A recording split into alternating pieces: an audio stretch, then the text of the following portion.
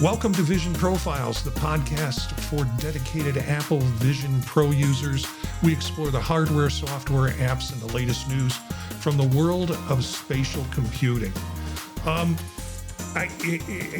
am so proud and honored, I should say, of the people I get to work with on this show, Eric and David, and just reflecting on it today. And Daniel, who joins us every other week. You each bring like remarkable talents and remarkable insights to the show.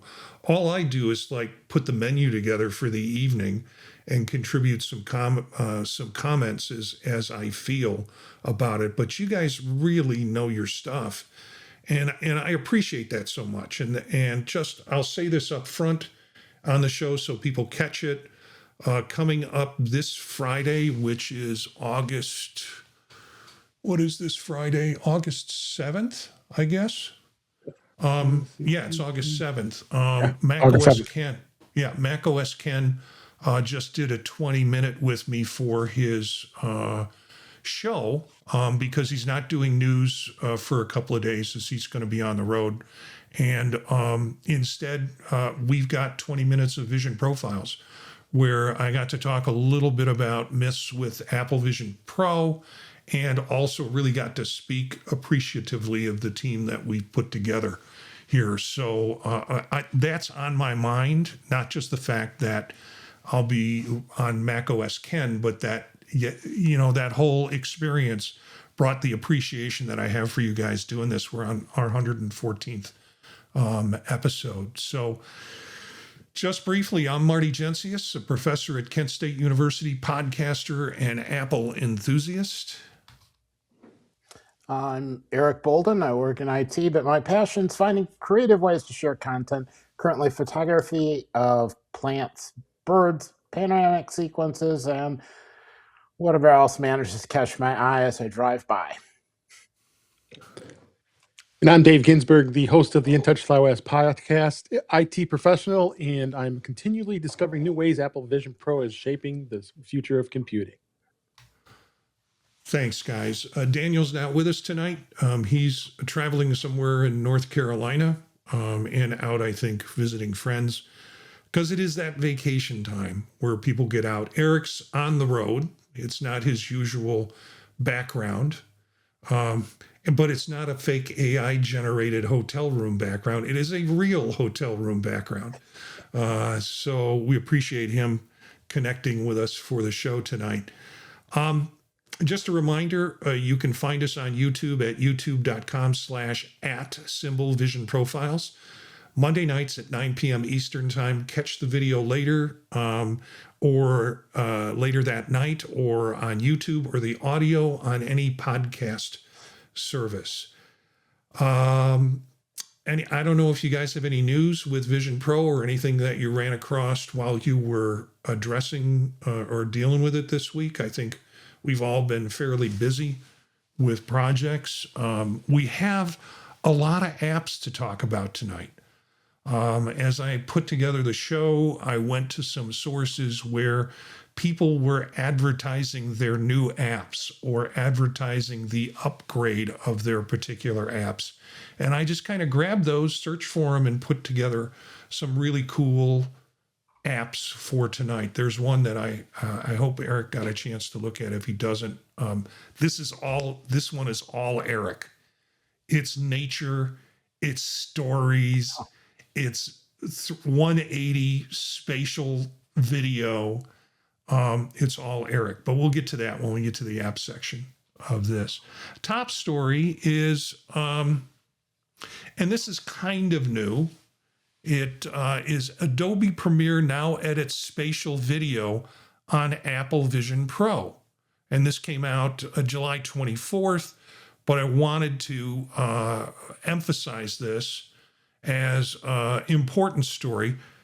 And it goes through and it talks about it has a native visionOS app.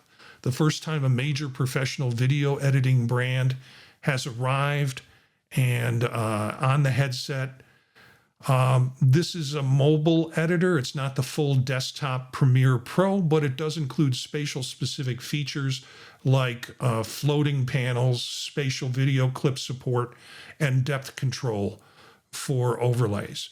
It's free to download. A subscription is required to export without a watermark.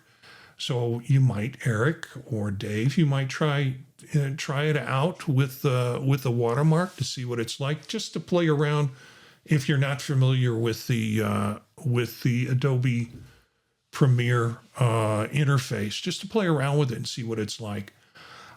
There are other, of course, Final Cut works on the Vision Pro. There's also DaVinci that works on the Vision Pro, but this is going to the dark side by bringing Adobe on the Vision Pro, and I edit in Adobe Premiere. So the video version of this show is edited in Vision Pro, or it is edited in Adobe Premiere. So this, I don't think I'll ever do it on a Vision Pro, but it's kind of fun to see this happen. Any comments from you guys on this?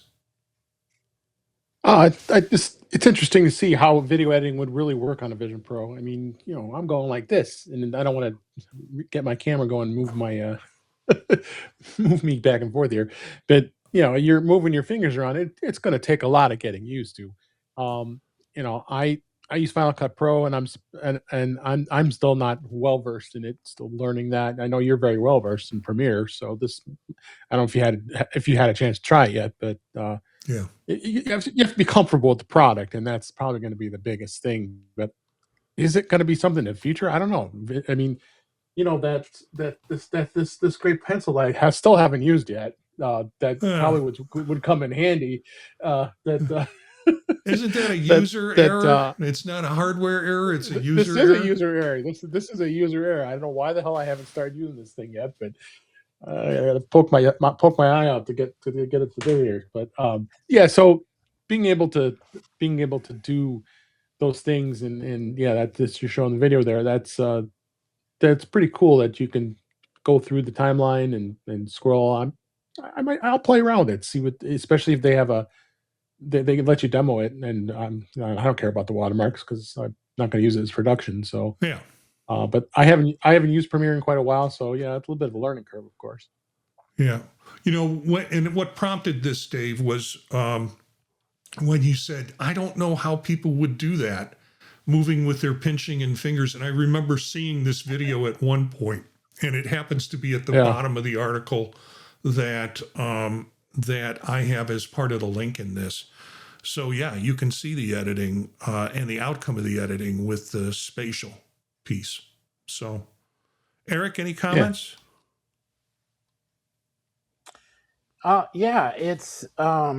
It's good to see an editor come out. I kind of am curious to see if they'll expand it, because if you're going to work with spatial video editing, you need to be able to see what it looks like in a viewer, and the Vision Pro is pretty much the perfect spot to be looking at it.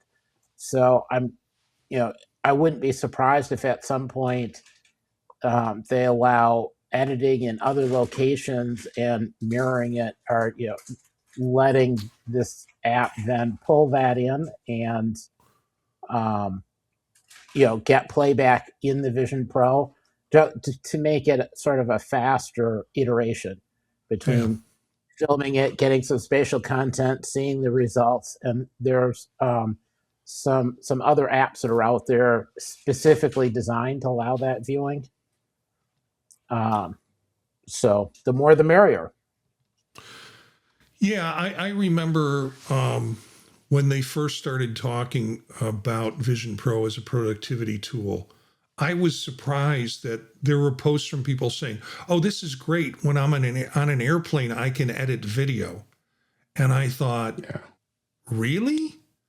But apparently it's a thing, It is it is a thing that is something people want to do. And then when I think it was DaVinci that came out first, followed by Final Cut, and now we have Adobe Premiere, at least a Adobe Premiere version of Adobe Premiere that you can do simple editing with. That's all pretty cool. That's all pretty cool. Yep. Not a lot of news articles this time, so we'll move through those pretty quickly. This happened on July 27th last week, and Apple released visionOS 26.6, the sixth update for visionOS operating systems for folks. For the 5 folks that are not running the developer beta, and Eric, are you running developer or no? Oh yeah. Oh yeah. I put it on my production phone now, on my iPad. Holy cow! Pro. Yeah. Yeah. It's unusual, but I can't not have it. Yeah. And while I'm using it, I can't recommend other people do that. Oh except yeah. the Vision Pro. Yeah. It's sort of like the old drug commercials where the dad catches the kid smoking pot, and he goes, "You shouldn't do this. You shouldn't do this." And the kid goes, "Where did you get this? Where did you learn this?" And the kid looks up and says, "I learned it from you, Dad." So betas are just like that. You shouldn't do them. You shouldn't do them, but your parents are doing them and not telling you about it.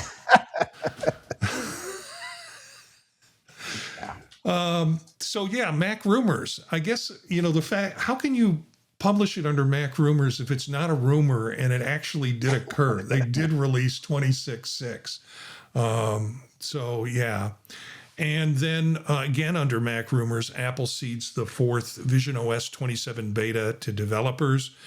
That's been out a couple of weeks. I'm hoping that I will get another release of this tomorrow, because it always seems to happen on a Tuesday after we do a show. And I'm sure Dave will pick up some of this. If it does happen, he'll pick up some of this with In Touch with iOS. But, I would like to get this issue with my hand control, fixed, which we have a story on that too. So, and I hope that will fix it. We get another beta. Yeah, Dave? No, I'll make a comment on visionOS 27. It seems pretty solid. I've been running the beta since I basically got the Vision Pro. I've always been on beta. This was a device I don't follow my normal rules. Don't use it on your production device. But I know, Eric, you are a much heavier user of the Vision Pro than I am, and I need to use it more. But I feel comfortable having beta on because I want to play, and that's what we want to do. I know sometimes, Eric, you're doing a lot of more heavier duty things. You don't want to be on the beta sometimes because it's like more of a production thing for you than it is than it is a play device. A test device. Well, a test device. Well, until your daughter gets older. Yeah. And your daughter changes all the functions. So yeah, I'm going to move on to some of the things. This is something that was posted a couple of days ago, and I haven't really kind of looked at this, but just noticed that Apple Maps have a depth in Street View. So it will be interesting if they use the current depth information to simulate stereoscopic effect on the Vision Pro. I wonder if Apple is working on bringing a native version of Apple Maps to the Vision Pro. And yeah, so an interesting comment on this. I haven't looked at Street View in Apple Maps to see if it does have if this is confirmable, but it was an interesting article on the possibilities of it. So if folks want to go in and try Apple Maps and see if it has a Street View depth, that would be cool. Yeah, it's well worth viewing it. I still don't know how to tell where an area has it and doesn't have it, but it's cool when you get a spot that has it, That has street view. that has Yeah, the extra depth. yeah. I oh, so you could be on a street view, but it still doesn't have the extra depth just because the way they took they gathered the data or the information or shot the video in terms of it. Yeah, so That's if you're gonna test it, pick an area that is like a bigger city or a more well-known place and try it there first.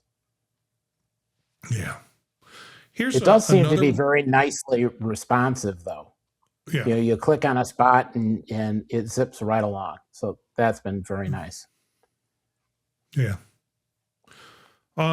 Here is another thing that I found searching around: liquid glass on visionOS update. And this was someone who commented, this was on X, that the magnifier blew me away on Apple's WWDC 25 reveal, and seeing it spatially is something special. Dark mode is into, and everything feels bouncier and even more delightful now.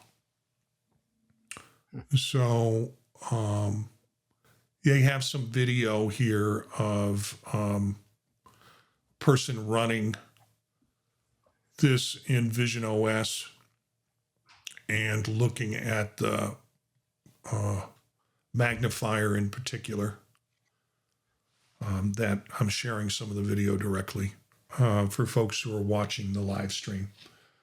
Craig Allenbach has joined us in the live stream. Craig, thanks for joining us and correcting Eric's lighting and the plant and the bookshelf is all he needs in that. So thanks for joining us, Craig, and joining us live.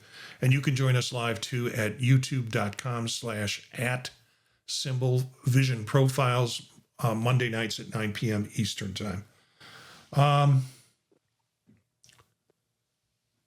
And a new world is happening. Have you all tried Cinedepth 2D to 3D video player?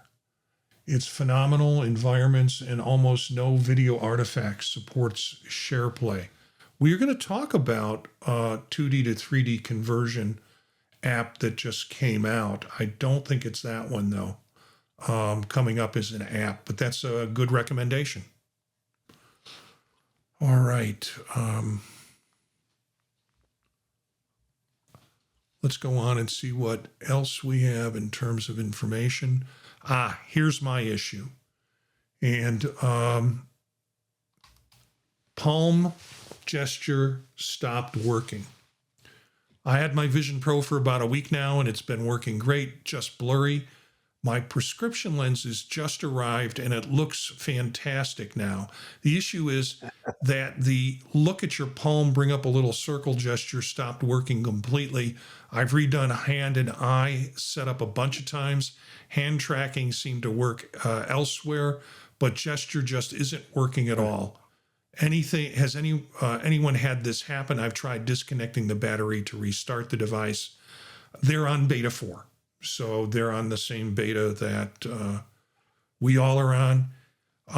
And one of the comments was, "It's a beta. Did you report the issue?" Yes, no issue waiting for a patch. Yes, no issue waiting for a patch. Just wasn't sure if it was a beta bug or something else is all. I've been on beta 4 this whole time, and it was working as expected until now. I've had that problem arise when I usually simplify my watching by just keeping my contacts in, and then Vision Pro works fine with my mid to distant contact view. And so I don't have to put in lenses. I do have lenses for when I don't have contacts. Well, I had it booted up, and then I was like, oh, I don't have my contacts in. I don't want to put another set of dailies in just to look at this. I'll throw my lenses in. I threw my lenses in. It tried to do some readjustment, and eventually it got back to the point where I had to reset the eye vision stuff. And that's when I noticed the hand gesture coordination stop. So what this person's talking about in the post is similar to the problems that I'm having. And that's why I'm hoping we get a new beta that corrects this issue. And for me, reading this was like, oh, cool. It's not just me, which is what I think the person did to post that. So remembering that it's a beta and everything else works and I can get around without having to open the control center. I can do that by going through systems and managing it that way until this thing gets corrected. So just sort of a warning for listeners who love to be on betas. Of course, you shouldn't do that. You should never do betas, but we all do it anyways. This I didn't check out in terms of a link, but it looks very cool. Updated my free stereographic viewer. It grew from 1,500 cards to 44,000 from 12 of the world's greatest museums. And apparently this is a Stereopticon is the app. And it's a free app for viewing. Really, really well. It works It's really an awesome app. Yeah. Go ahead. It's Eric, an awesome app. They have done a lot of improvements to it. The responsiveness is better. There's, I think, still kind of an issue if you have to adjust things.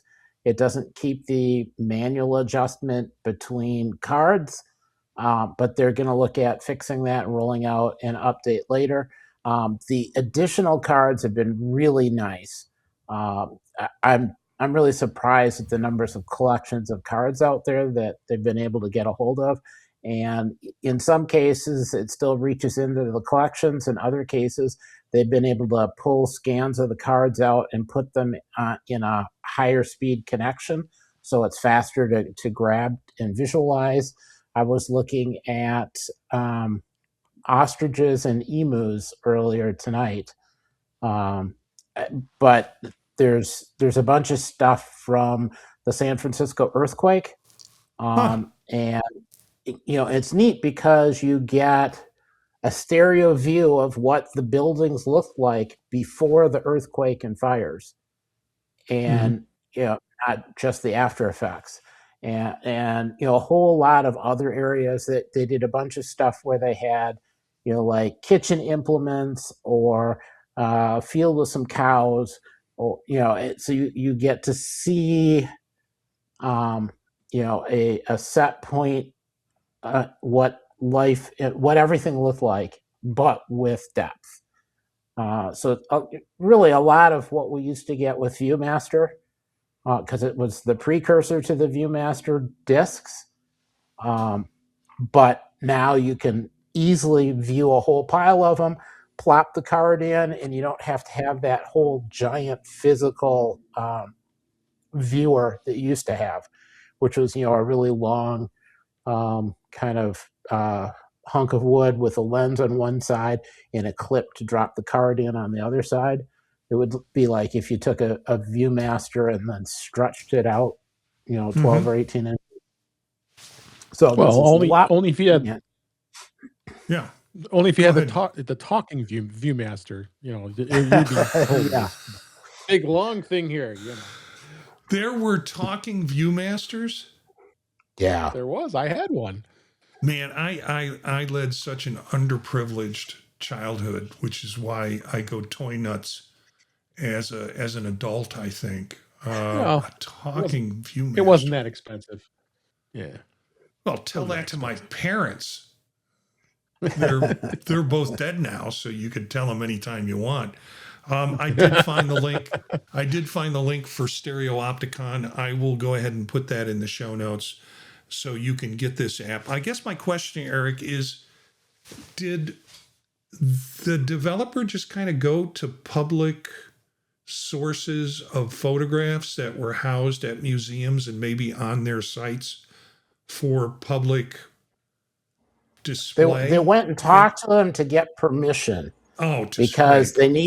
they needed to check to find out whether they could have a higher speed copy or it had to go back to the original institution. But there are a bunch of people now who know of collections that have been going and talking to the developer and saying, hey, this place has a bunch. Go talk to them. And then the developer's been able to reach out and say, hey, you've got all of this content. Can I make it available? So it's actually been really good for this media because I'm willing to bet a whole lot of it hasn't been used in decades and decades. That's all cool. You have suggested last week that I go ahead and get this app, and I did not get this app that's on test flight, but we have the link for it. And it basically creates really incredible art kind of multi-dimensional things. This app is available on test flight, and some cool things. I just didn't go back and pull it out. I don't know, Eric, if you had any attempts to do this, or Dave, if you got into this app. I sent in a request. Yeah, I sent in a request to get on the test flight, but not until relatively recently, and I haven't heard back. But it really looks like, it's an app where you kind of fall into a kaleidoscope and you're just surrounded. So it really looks like it's going to be cool. Yeah, I think the actual message came through our chat, and Eric, you said you need to do this, Marty. And I wondered if it was based on my chemically induced past that you wanted me to try this out. I figured it might remind you of something. I've got an app that will make you sick. So we'll talk about that when that comes up. For someone who does not like to be in high spaces. There were a bunch of patents, 4 patents that have come out that were shared in terms of Apple granted a patent for a cameraless eye tracking system applicable for both Vision Pro and the rumored Apple smart glasses. It aims to track gaze without the power overhead of traditional camera arrays. And the thing is, if you're watching the video, I have the patent picture up, and this looks, the pictures are like big-headed people that are stick figures with no hands, just arms. That is actually a sign of potentially historic abuse when kids are drawing images without hands. But that's the patent setup for this. It's really kind of go to the site and look at this patent just to have a good laugh at the picture, because I really don't understand what they're trying to do here. But it is a patent for a cameraless eye tracking system with applications, and it was filed August 3rd, just today, 2026. Really, really cool, because if you're going to come up with a pair of glasses and not put cameras into it because you don't want cameras in the glasses, or you don't want to make it seem like you're recording everybody, then you still need to know what people are looking at. That's my fantasy of what's going to happen with Apple Glass is that they will skip over the cameras. If you want to take a video or a picture, pull your damn phone out. And they will be branded and marketed and recognized as the glasses without the creep factor. But you're right, Eric. The idea here of being able to put things that will be able to judge distances and give information for the glasses that can be used for location or for GPS, turns and things like that seems pretty cool. and yet another patent for comfortable user interface may make the Apple Vision Pro more comfortable to wear. And I think what surprises me about this is we've seen this kind of thing in multiple previous patents where there was going to be an auto adjustment based on where you're looking, that it was going to kind of have its internal hydraulics to shift the mask to get your, the best focus and image. So this might just be another option for Apple to lock down. I'm so, you really have to take, if you're listening to this on audio, check the links out, because the pictures in these patents the previous ones were much more diagrammatic. These are just kind of nutty. Apple patent involves virtual paper for the Vision Pro, and it is a picture of a poorly drawn chicken, I guess rooster.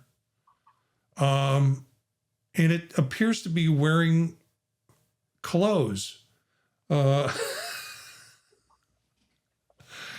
And it has a person standing in front of it and emphasizing the X, Y, and Z axis. I didn't quite get this in terms of what the virtual paper was. If you have any idea that you can fill listeners in on that, I'll take it. And then lastly, and to get out of this section as painless as possible, future Vision Pros could offer full body avatars extended in reality environments. And you've seen some of this proposed with Meta, that the half body avatars walking around the meta worlds they're trying to give bottom halves to. And this could be also something that we'll see happen with Vision Pro based on this patent. So yeah.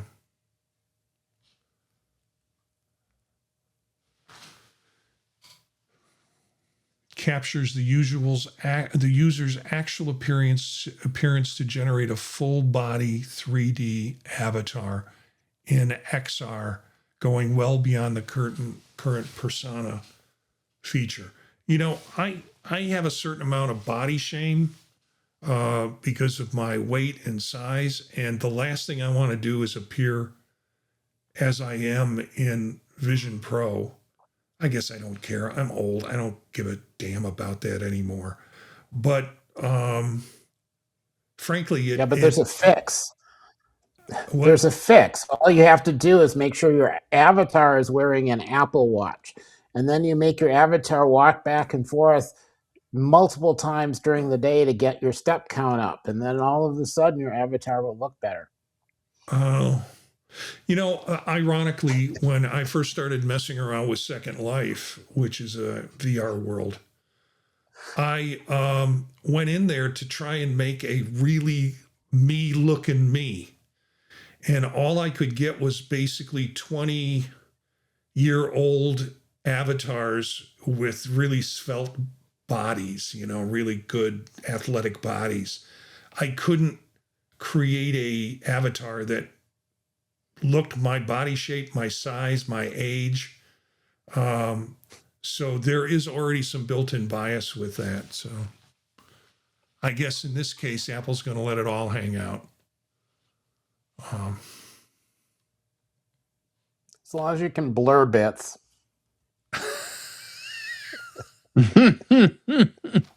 Yeah, mine would take like 1 pixel. That's the only... I wouldn't need a whole bunch of blurry parts. Oh my gosh. All right. All so depends on how far away apps. you are, right? Yeah. Right. Yeah. Objects appear closer or whatever, larger. Yeah. Let's get to apps. This is Morning Brief Vision. the hour and a half before the show, I started playing with the apps, and I know some of you had done the same. Did any of you try this out? I did. I really wanted I to try this one and didn't get to it, but Dave, was no? it worth? I, Was it I worth looked at it. $3.99? Yeah, that's what I was going to ask. Was it worth $3.99? Yeah, it costs $3.99, and was it worth it? I guess it depends on your intended usage. I'm going to put my headset on either in the morning to kind of move through stuff, or more likely in the evening to use it for an entertainment device and maybe some productivity. So this would be of value to me because that would be my morning process of putting the headset on. Does it give you good information? Yeah. I mean, I tested it out. It unfortunately told me that Apple dropped in the market today while Microsoft went up. Yeah. And I NVIDIA noticed also that. increased. So yeah. It also gave summaries. You could select from a panel of, do you want just sports news? Do you want tech news? Do you want, and I just loaded them all up just to see what it would come. You can get it in a window where it's just titles, or you can switch to a format that's like morning paper. And they don't have a lot of, they don't have any videos on here to kind of show the process. But it was cool. I think it would be something that I would well, I paid for it, so it's available for me now. But I'd customize it a little bit more than what I did, because I've learned from the first attempt what I do and don't want.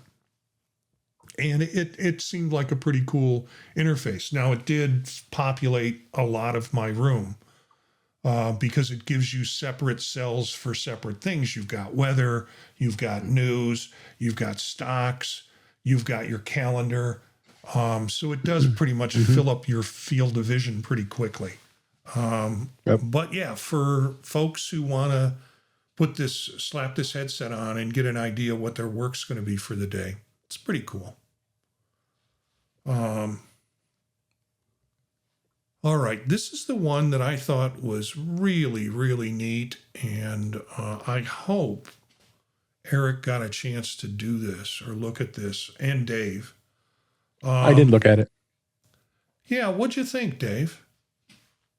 I looked at the first video that turned to stone. Right. The video was pretty amazing. I thought the audio was not great. It was kind of muffled a little bit. I mean, I don't know if I'm being kind of critical about it, but maybe I'm a little more used to any Apple produced types of videos. But this is obviously something that's being edited as somebody on their own recording this spatial video.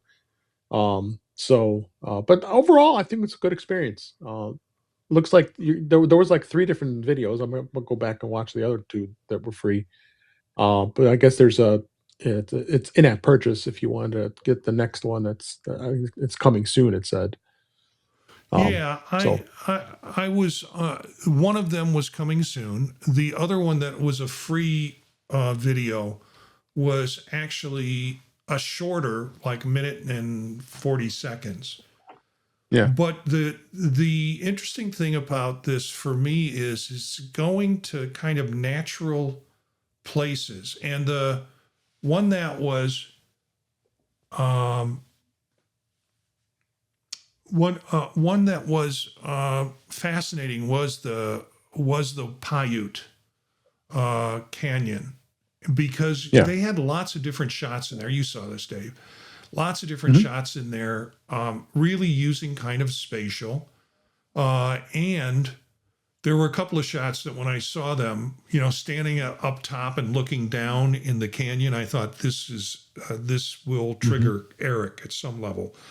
But what I like about the concept is they're kind of going to natural environments and then they're telling the folklore behind those particular areas. So the minute 42 is about a sort of a violin story of a particular part in the woods with the water that was surrounding the trees, and it builds in a lot of the natural storytelling. I thought this would be great for Eric. For me, I would have to get into a car, drive someplace, then hike to get to that to experience it. And you lost me at get in the car and drive someplace. So this is Eric. I don't know if you've seen this one. Have you looked at it? I opened up, I launched it, I started this first part, I rebooted, I opened it up again, I launched it, and I must have rebooted 4 or 5 times. Yeah, I noticed that there is a down arrow on the window, and the down arrow will download the video. Download it. Yeah. So I didn't download try it. that next.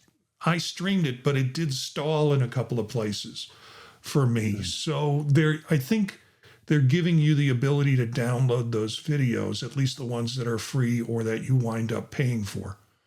And I don't know what the payment schedule is. Is it a subscription? In-app purchases? Yeah, monthly $7.99. Annual $59.99. Yeah, I see that and go, yeah, I'll try it for 1 month and put in the $8 and then forget to ever go back and look at it again. So, I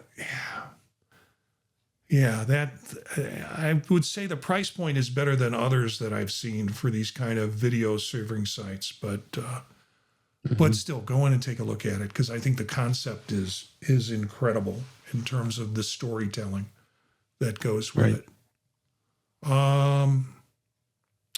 Arcade Frame, spatial arcade games and toys. Either of you guys try this? I didn't. It looks, it's obviously built from the process that you see with creating a platform. Remember when they went from 20 when they went from 1 to 26, they created that tabletop place where developers could develop on a space, and that's what comes up as you have this space. And they have this coin drop thing, which you've seen in arcades before, basically trying to do that. Then they have this rotate and move the car without crashing through the corners. And then they have, that gopher kind of pop thing that they have in arcades. I found it interesting. I don't know the rules for these games and they don't explain it, but I had some fun playing with it for a while. I don't know what the cost is on it. It is $199 for it. And let me see if there are additional charges or ongoing charges for that. It doesn't appear to be. So once you buy it, you got it. So yeah, just 3 simple arcade games. You do a slider, the one disappears in the box, and the next one comes up. And so you can move through all 3 of them that way, if you want to. Spatial scanner QR code. This was $3, and I went into it. Did anybody else try this or look at this? Yes or no? No, I wasn't looking. No. I went to download it, but is it necessary? That's the thing. I thought, what the hell am I going to use this for? I have my headset on and I'll be able to look. And I was hoping Eric might be able to explain, if a QR code comes up, I guess, on your laptop, that you can then scan it.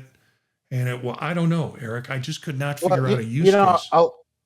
a lot of times if you're watching a video or something else, it'll say, oh, use the QR code, take a picture with your phone and then go to whatever. But if you're watching it within the Vision Pro, you can hold your phone up all you want. It will never see the QR code. And you can take a screenshot or whatever. So having an app that can go look at that, I see the concept. Even if you go to a website and there's a QR code on the website, you don't want to have to print it out or send it to your iPad or computer to then hold your phone up to go to the QR code. That's too many steps. But if a QR code comes up and you click and hold, it will give you the address and let you go to it. Okay. I didn't check to see if that works in 26 or not, but in the beta it works. Yeah, that first of all, that occurs so rarely for me when I'm not using my Vision Pro that I wonder if it would occur as rarely, if even more rarely if I'm using my Vision Pro. So I have a hard case. I spent the money, I got the damn thing, and then it was like, okay, find a QR code and do this, and I'm like, I'll ask when the Eric conference or video Dave. when the conference videos come up from MacStock, go watch some of those videos because there are QR codes all over the place in those. Yeah, I had one in my presentation. And if you're watching them in the Vision Pro and you want to click on the QR code, so you'll get your use out of it at some point. Yep. Yeah. Well, I'll when it's time for me to get my use out of it, I will forget that I actually have it, and then punt. Here's one that we talked a little bit about: Hive Break, Bug Hunt, and Starfighter Combat. 99 cents. It's not a big investment. There are no additional charges or additional things that you have to do. This seemed like this was a project of passion for the person who created it from reading what was in their Reddit post about it, that and so I took a look at this and downloaded it and had a difficult time getting to work the controls. And I'm wondering if it's in part due to the glitch that I have with the beta. It does take other controls, so I could have gotten my PS2 controllers out and maybe that would have worked for the things, or it could have just been my ignorance in how to man the controls with this device. So, but interesting gameplay. Eric, you have more to add to this? Yeah, so Or Dave? I never did get the finger gun to do anything. I didn't get it right, or it was the beta or something else. However, if you launch yourself into space, because launching yourself into space always fixes everything. Launch yourself into space, and once you're in space, like if you make a fist and then turn it, you can spin your ship around until you throw up. Don't do that. That's really messy. But so you can navigate, you can spin, but there's a dashboard in the spaceship. One of the buttons in the dashboard is fire. So you get weapons control. So you can rotate your ship a little bit. You can go, tilt it up and down, rotate it left and right, and press the button to fire your lasers. It's probably easier to go grab a controller and hook that up and use the controller, but that worked. So if your finger guns are out of ammo, switch to the spaceship because it's got all the ammo it needs. When you make a statement like, if your finger guns are out of ammo, you don't realize that's like setting me up for really tasteless jokes. Yeah, it does. If your finger guns are out of ammo. So check out Hive Break. I think D. Suarez was saying very cool. I think they might have been referring to Hivebreak, which is the app we're talking about now. Now, here's one I think we can all wrap our hearts and minds around. Brick Break AR. Any of you try this one? No, I did. You not you, Dave? Ran out of No, or you time. did? No, But I didn't. I kind of No, I want didn't. to. No, I did not. Did not. And they don't have any video on it, but it's basically a breakout game in 3D. It is about the level of complicated gaming that I can do because I did it like 40 years ago. And it's a simple, like I said, a simple breakout game. I played it, I got up to level 2. All right. So hooray for me. And I still don't know what some of the actions mean. So like when a little square drops down, is that going to enlarge the bar? It did in one case, and then it shrunk the bar in another case. So I haven't figured out the logic on that. But it is like in space right in front of you. And it has a fully immersive mode, or at least had a button for fully immersive where you can go fully immersive. And it was grayed out. So I couldn't figure out if what they were giving me was fully immersive or there was some setting where I couldn't get fully immersive.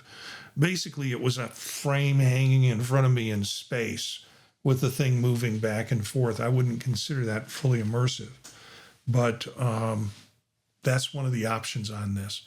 $2 and it gets you there. I need you to, if you've had a chance to look at this next one, I went in and it was a video editor, CosmiCut, spatial video editor. And I put some pictures in to see if it would do 2D to 3D.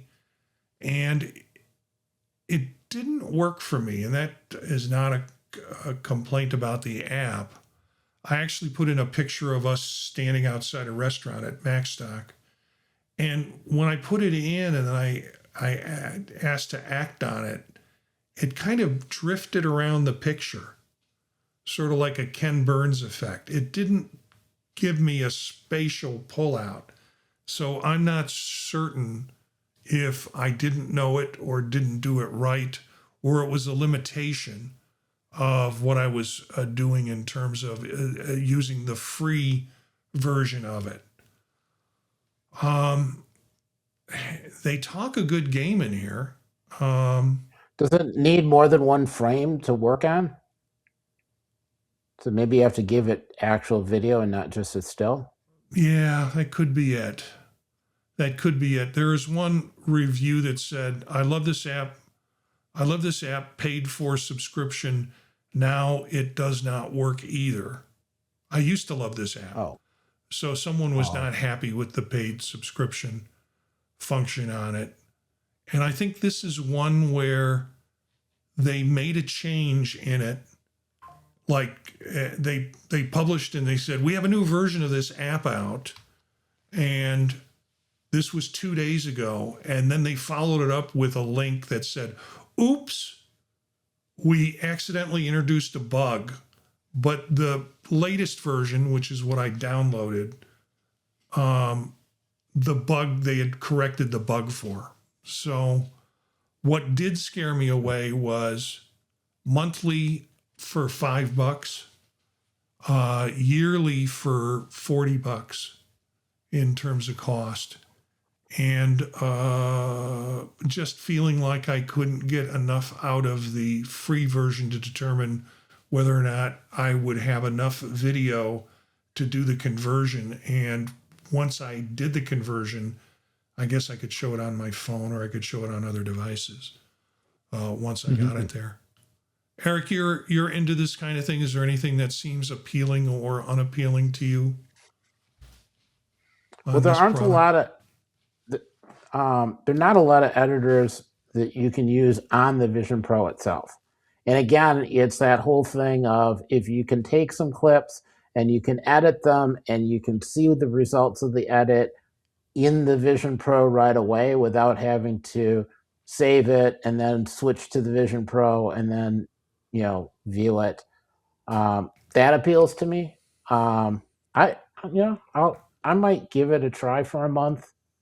I've got a few clips now that it'd be nice to be able to add some titling and string the clips together in a sequence. So I'll give it a try. Yeah, but don't we have those kind of editors already with, well, tonight Adobe Premiere? Well, I could do it. I could do it in Final Cut. Yeah, in Final Cut But or in in Final DaVinci. Cut, I'd move it onto another machine and edit it there, and then view it back. Yeah. So I'm more curious. I don't know if I would pay the $150 for a year. I'm more curious to know if it works. That's what it says. One time unlocked for $150. Or you can pay $5 a month or $40 a year. My guess is the 150 is for eternity. Yeah, because it's $39 a year. It's only as long as they continue to produce it. So it might not be that long. Who knows? Yeah. But I'll look at it because I'm just curious to see kind of how they're doing it, and I think at some point, at least having viewers to let you see content or rough editors to give you a hint about, is your footage going to work, or can you do one sequence and then another sequence without making people sick, or do you need a transition? Was there too much camera movement? That kind of stuff that it's useful to have while you still could get, another shot, another take. Yeah. And if anybody would know about making people sick, Eric, it would be you. I try. That's right. I mean, just heights and quick movement. We know what your triggers are, and and it's fast. Yeah, that local lore app, which is incredible in terms of the video and the stories part of it. There are a few scenes from the top of the canyon looking down, and I thought this is a trigger for Eric. But spend some time with it, download it when you can. That pretty much wraps up what we were going to cover tonight in terms of apps and everything else. So I'm just gonna close up unless you guys have anything else to add, and go ahead and find out where we can find you. So, Eric. Well, on Mastodon at EA Bolden at MES. God only knows. TO something? I'm not sure. I'm not home. I'm on vacation. I'm not thinking about where I can be found. I am constantly moving and unfindable for another couple weeks. Okay. All right. David, can you express any more interest on where you can be found? I can give you full interest here. You find me at In Touch with iOS, intouchwithios.com. YouTube channel is youtube.com/intouchwithios. Sunday nights, the Neo Notebook. Mondays here on Vision Profiles. Tuesdays, Mac Voices Live with Chuck Joyner and the gang. Thursdays, In Touch with iOS recordings. And Fridays, usually on the Tech Hangout. And I'm on Mastodon and Blue Sky at Dave Ginsburg. And what I want listeners or viewers to do is just roll back for like 15 seconds, and all the places where you find Dave, you'll find me too, at those locations. So, except my easy way. My link is at Gencius, Gencius, either at Blue Sky or Mastodon is how you can connect, and take a look at the podtalk.net website, because that'll have the shows that many of us are on, or many of us are guests on, and other shows that I produce under the podtalk.net kind of moniker. That's it for this show. If you want to get a hold of us, thanks for Cletus for joining us. D. Suarez won, and Craig was in there. A reminder to check out macOS Ken this Friday, as I'm a guest on there, talking about vision profiles and talking about, Ken asked me, what are the myths that people have about the Vision Pro? But I had the pleasure of being able to talk about this show and the people that I get to work with as colleagues on this show. So it's a macOS Ken this Friday. Give a listen to that, and I appreciate that, and appreciate Ken Ray for asking me to be on to talk about this show. He has a satellite interest in Vision Pro. He really kind of wants one, but he's one of those folks that needs to be convinced. And he talked about the three of us at MacStock with the Vision Pro, and getting a little more interested in Vision Pro as a result of that. But he can't. The $3,500 bug is what's holding him back. He's waiting for the next cheaper version. But thank you, and give a listen to macOS Ken this Friday. That wraps up Vision Pro and the Vision Pro universe for this week. You can find us at YouTube at youtube.com/@visionprofiles, live Monday nights at 9 p.m. Eastern Time. Also, you can email us at thepodtalknetwork@gmail.com. So send us a note, and we'd love to hear from you, and we'd love to find out more about what you're interested in when it comes with Vision Pro and the device and how you're using it. And you can find out all the programming that we do at thepodtalk.net. Thanks for listening, and we'll see you next time.